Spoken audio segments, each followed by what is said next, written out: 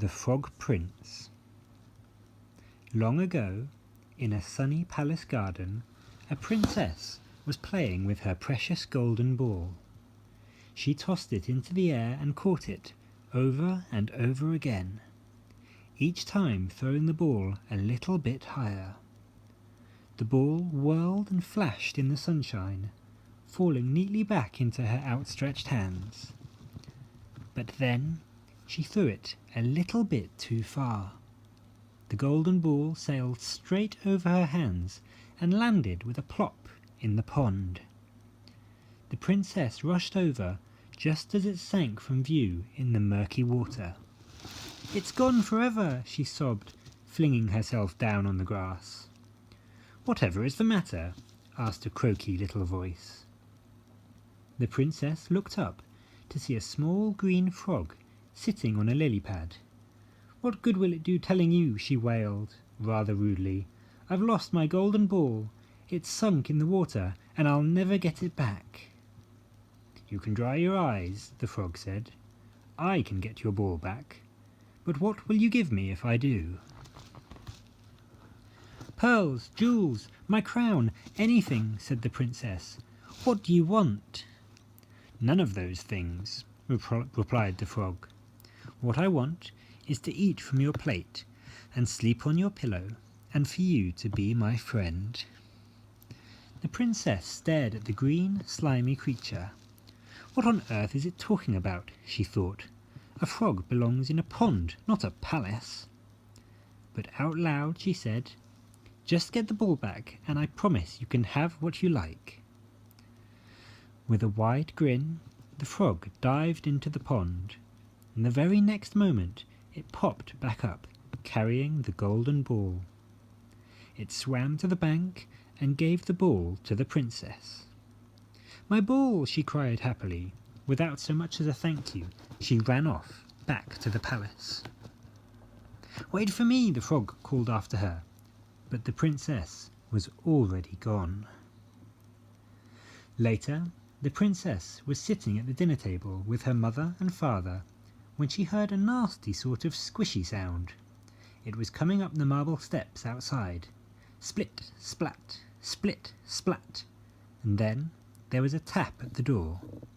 "Princess, let me in," said a quavery voice. The princess went to the door and opened it. To her horror, the frog was sitting on the doorstep. She slammed the door and ran back to the table.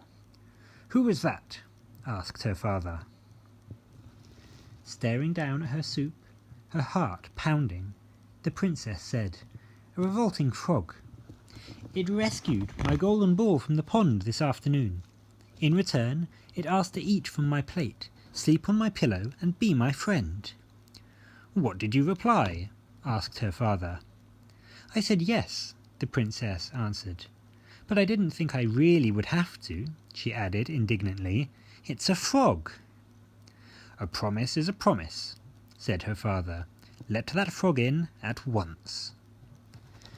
Dragging her feet, the princess went and opened the door to the frog. It followed her all the way back to her seat with a hop-split, hop-splat. She sat back down in her chair. "Princess, please can you lift me up?" croaked the frog from down below. The princess glowered at her father, who looked back at her sternly. "Go on," he said. So the princess picked up the frog and put it on the table. "Thank you, princess," it croaked, and began to share her dinner.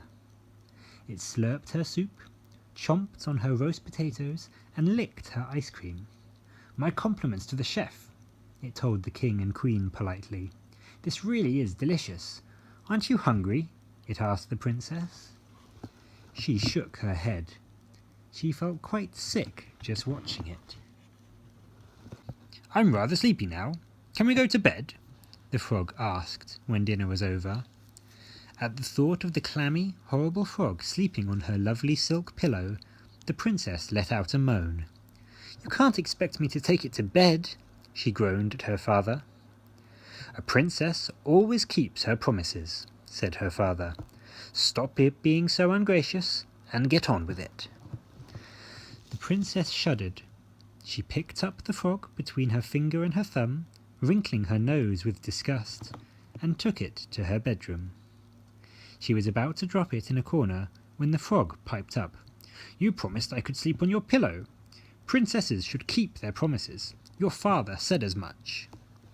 "Oh, why won't you just leave me alone?"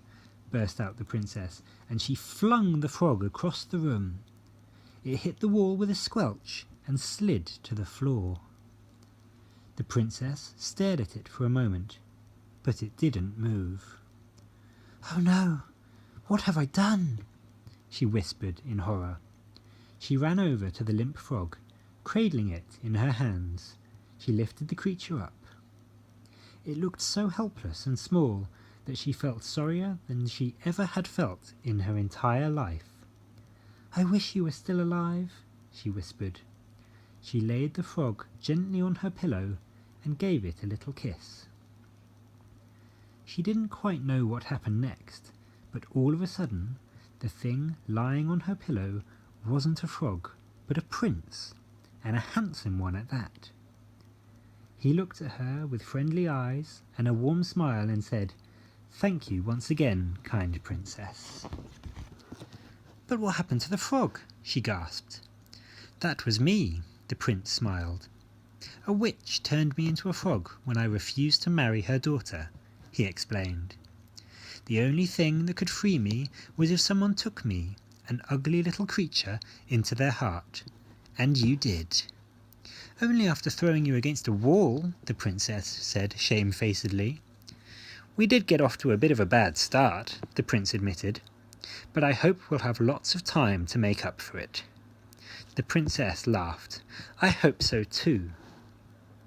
Indeed, they did have time to make up for it, for the prince and the princess spent the rest of their days together, and the princess was never ever cruel to a frog again.